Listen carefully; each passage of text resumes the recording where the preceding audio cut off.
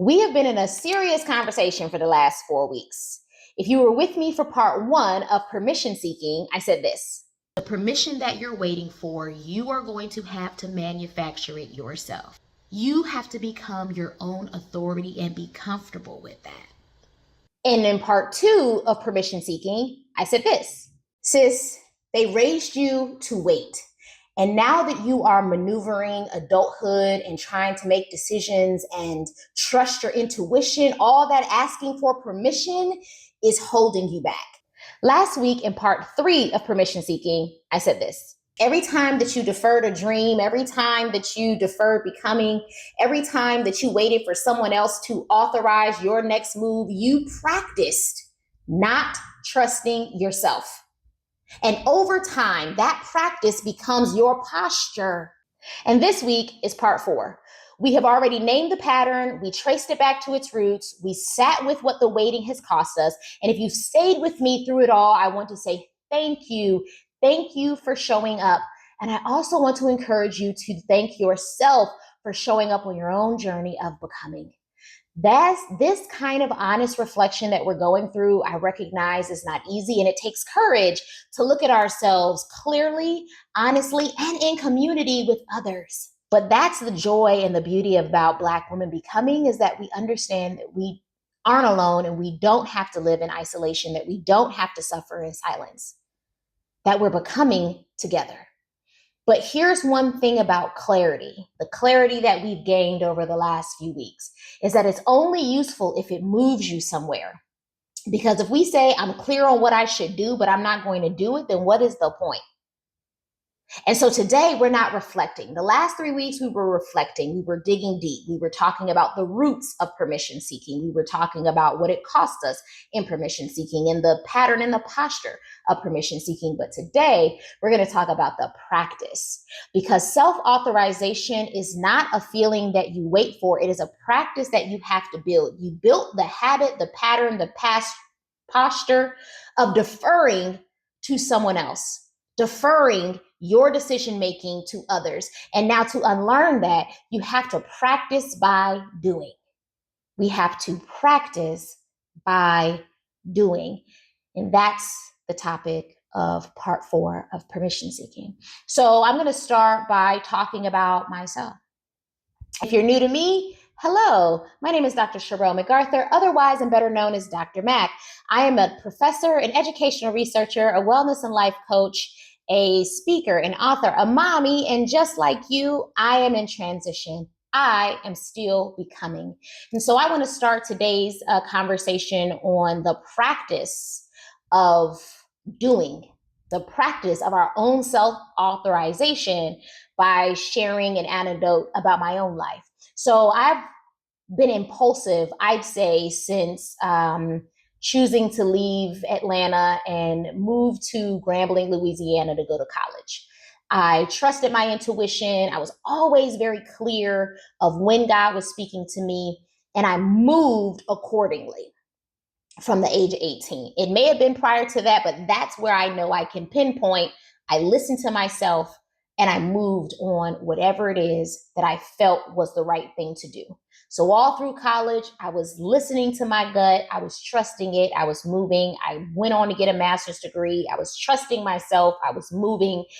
And then I entered into a relationship that was devastating to my psyche.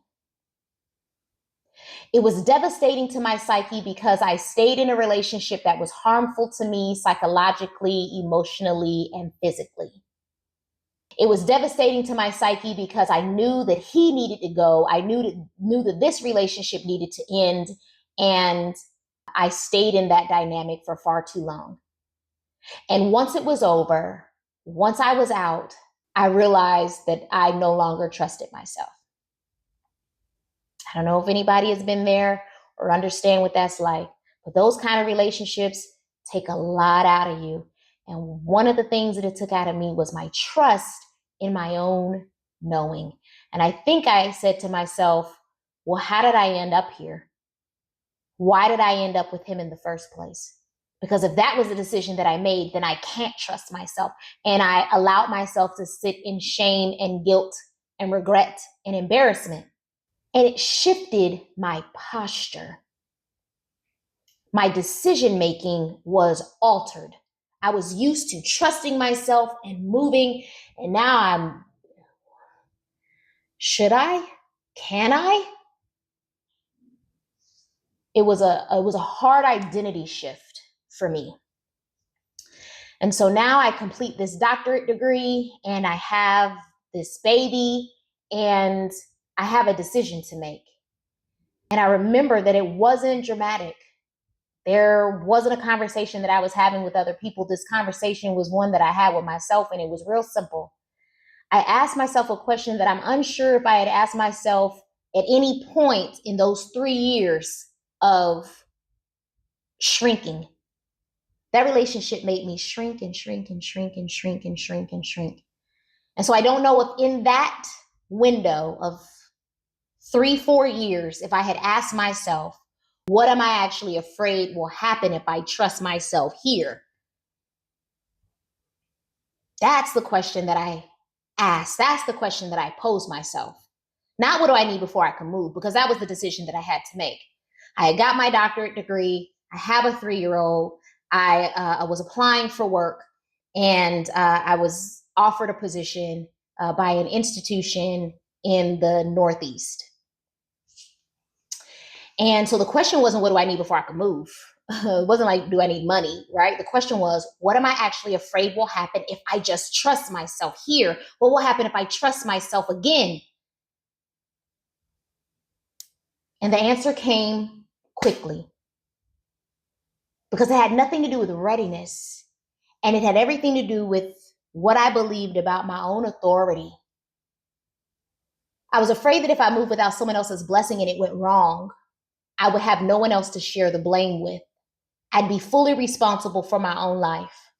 That period of time that I sat in frustration with myself, I was also mad at God. Conversation for another day. I promise we'll get back to it. And if that's one you need to hear, put in the comments, I'm mad at God. Get back to that conversation, okay? Or you could DM me on Instagram, Facebook. And if you follow my email, or if you're one of my email subscribers, when I send out our weekly newsletter, you can always comment back to that newsletter and say, hey, Dr. Mac, I need us to talk about when I'm mad at God, okay? Because we can definitely go there. I've been there. But here, making this decision, I was making it on my own, which meant that I would have to take full ownership of said decision. And I think that's exactly what had been keeping me stuck. I felt like me and God shared the blame. Me, God, and that man shared the blame on how he treated me, how he chose to show up with me. I mean, ultimately, I entered into this relationship and I stayed within it. Now, I can't take any responsibility for his actions. I don't take any responsibility for his actions. I take responsibility for entering in and not leaving. But I also gave blame to God. I said, God, you got some accountability too, because what about me made you think I deserved to be in this kind of circumstance? Again, we're going to come back, because today is about the practice of giving yourself permission, okay? I promise we can come back to that. Drop it in the comments wherever you see these videos if that's what you want to hear, if that's a conversation. But that's what was keeping me stuck. Taking now full ownership. I took full ownership all those years prior. I was leaning into my intuition. I was making things happen. I was getting degrees. I was traveling. I was meeting friends and connecting and networking. And then, boop, I meet this person. He flipped my whole world upside down, made me question myself and the God in me, which is my intuition, right? And so self-authorization is not just permission to move. It's the willingness to be fully responsible for where you go. That was the shift for me. And everything I'm about to share with you grew from that moment. So here's what I want you to understand. Self-authorization, giving yourself permission, is a practice. It's not a personality trait you either have or you don't have. It's not a feeling that arrives one day when you've done enough work. It's something that you build deliberately through repeated small acts of trusting yourself. Repeated small acts of trusting yourself. So let's enter into a coaching session together right now. And I'm going to share 4 moves to help you. Ready? Let's go. Move 1. I want you to name what you already know. This is where I want you to start. I don't want you to start with a plan. I don't want you to start with a concept of a plan, not with a strategy, with an honest accounting of what you already know to be true. Most of us who struggle with permission seeking are not actually confused about what we want or about what we need. We are afraid to trust the knowing of what we want or what we need. So the first move is to get quiet enough to hear it. I want you to finish this sentence in writing, in your journal, in your notes app, wherever you want to put it. But I want you to write without editing yourself. The thing I already know that I have been pretending not to know is what? The thing that I already know that I have been pretending that I don't know is what?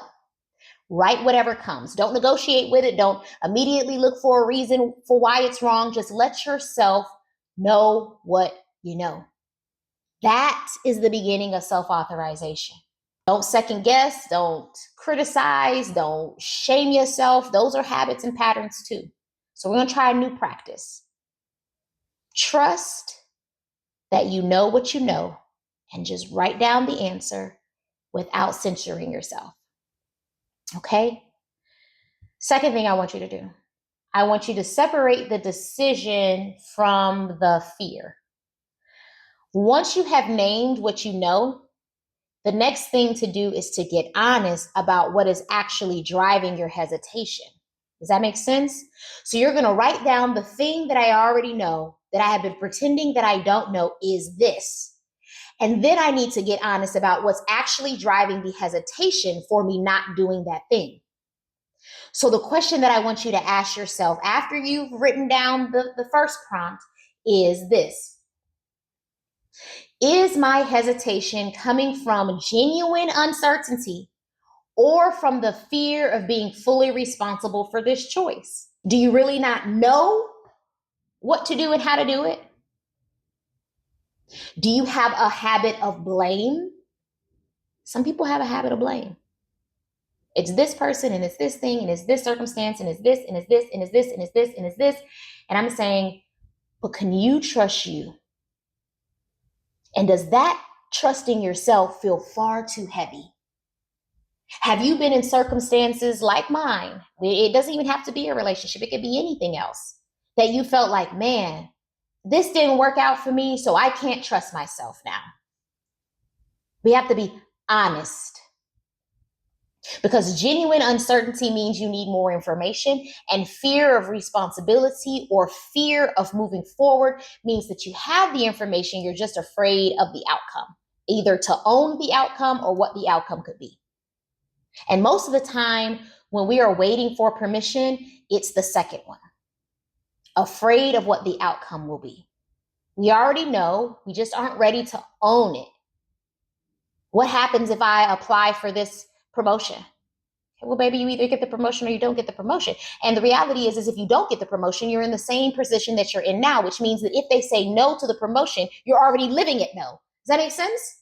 What happens if I want to, if I go to the rush and I want to be in the sorority and I don't, get a call for the interview for the sorority? Okay, well, if you don't get a call for the interview for the sorority, then that means that you're not in the sorority, but you're already not in the sorority. So you're already living in what you're afraid of. If you don't get the promotion, you're already not promoted. You're already living in what you're afraid of. We're already living the no. We don't lose by seeking a yes. And for those people who are interested in the possibility of relocating, let me tell you something. I live in Atlanta, Georgia, and Atlanta, Georgia ain't going nowhere. If I want to pick up and move, guess what? I can come back. 25,000 people come every doggone day. So it's plenty of space for me to come back. You want to move from Washington State to Virginia? Move. What happens if, Dr. Mack, I make that move and I get the job and I don't like the job and I want to go back home? Go back home. Washington State's not going anywhere. Sometimes our fears aren't as relevant and significant as we make them. Okay. So the first thing I want you to ask yourself is the thing that I already know that I've been pretending not to know is what? And the second thing that I want you to ask yourself is my hesitation coming from genuine uncertainty or from fear of being fully responsible for this choice? And it's okay to name the fear and then discuss with yourself said fear, or discuss with me in my comments and my DM. Again, if you're my email subscriber, email me. Here's my fear, Dr. Mac. Let's talk this through. All right. Now we've written down these two things.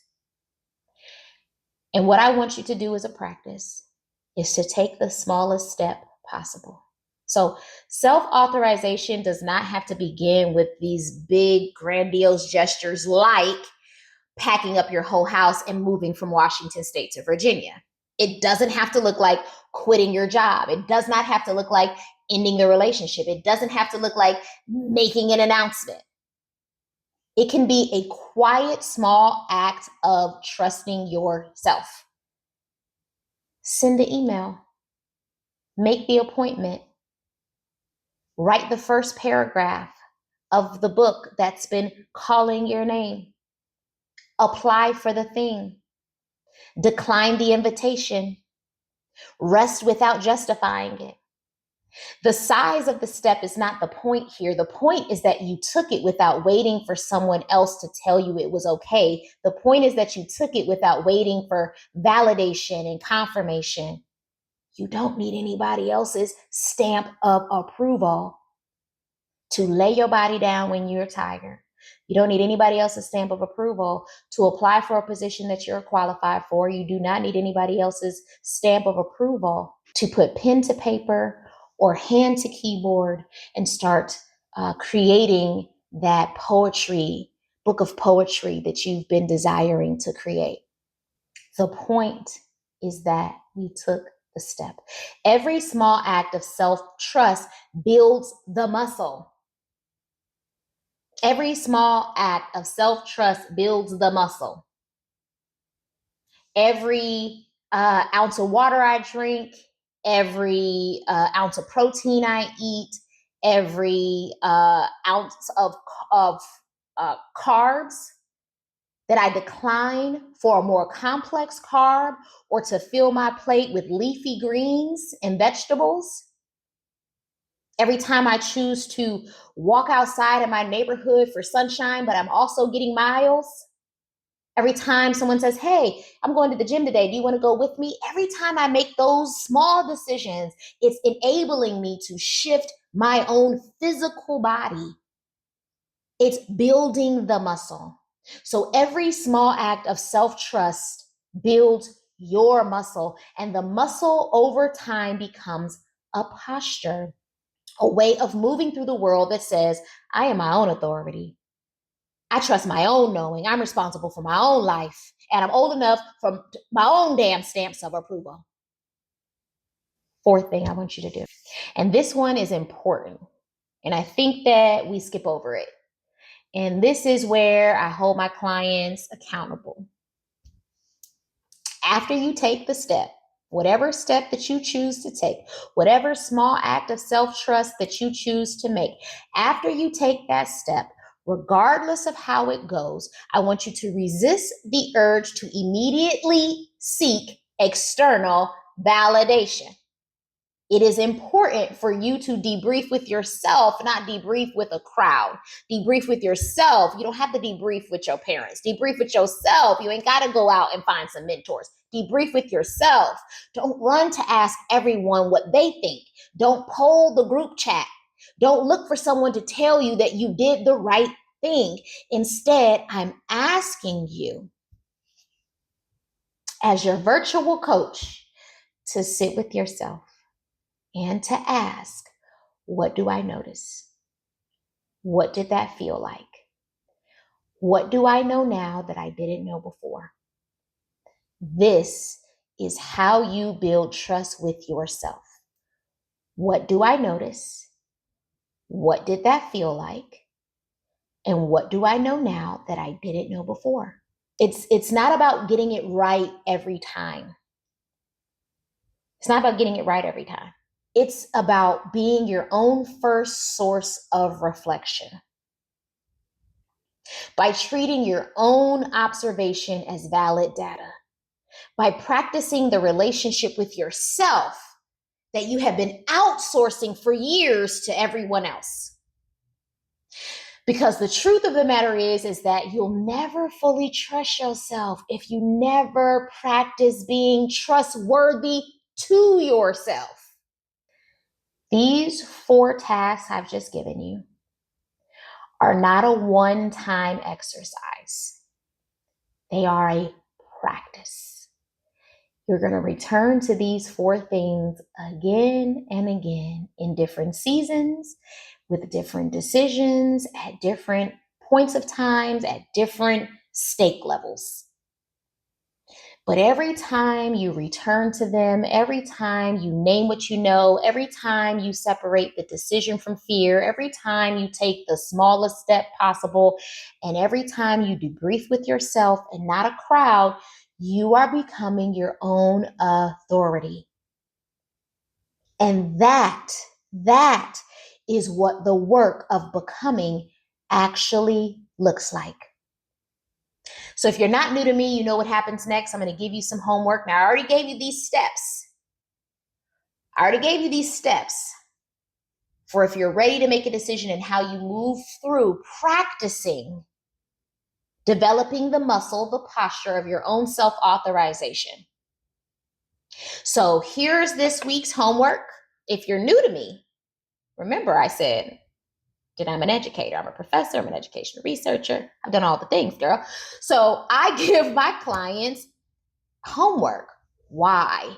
Because they are with me once a week, once every other week, once a month, but they are with themselves every day. And the same is true for you. Even if you tapped into these vlogs every week, if you followed me on Instagram and Facebook, which you should, if you are a subscriber on my Substack or my email newsletter, which you should, that's still once a day, once a week, but you're with yourself every day. You're with yourself all the time. So here's homework. You can choose to do it, choose not to do it. You can write it in your journal. I'm hoping that you sit with it, okay? What is one thing you already know? The thing that you've been pretending not to know. I want you to write it down. Just that. Don't solve it yet. Just name it. Don't solve it yet. Just name it, okay? And then that second question, is your hesitation coming from genuine uncertainty, or is it from fear of being fully responsible for your own choice, or some other fear? I want you to be honest about it. That third question, we've just gone through this. What is the smallest step possible that you could take this week? This week, until you see me again next week. This week, what's the smallest step possible that you can take without waiting for permission? Don't come in my comments and say, Dr. Mac, this is what I want to do. What do you think? You're not going to get me like that. What do you think? Do it first. Debrief with yourself. Don't seek validation. Sit with you. What would it take to take that step without waiting for permission? I don't want these tasks to live only in your journal. I want them to live in your body. I want them to become action. Okay? This is part 4 of this permission seeking series. And if you have been with me for this whole series, sis, I see you. I know this has not been easy. I know some of these conversations have stirred some things up with you. I've shared some things like today that stirred some things up in me. That is exactly what these conversations were meant to do. And next week, I'm going to bring a little something different. We're going to talk about permission and rest, because everything we've been talking about in this series applies to rest just as much as it applies to your career, just as much as it applies to your relationships. And that conversation is going to take us right into May, Mental Health Awareness Month, where we're going to go deeper into mental health and what it means to take care of our whole self. But for right now, drop in the comments which of the 4 moves that I've given you for this next week feels the most challenging for you. Where do you feel the resistance? I want to hear from you. If anything in today's conversation resonated with you, I want to hear from you. And I want you to share this video with anyone that you know may be struggling with permission seeking, struggling to own their own self-authorization. I want to celebrate every woman who is choosing today to become your own authority. You are ready, baby. You have already always been ready, sis. And I also want you to know that you are not doing this in isolation because we are becoming together.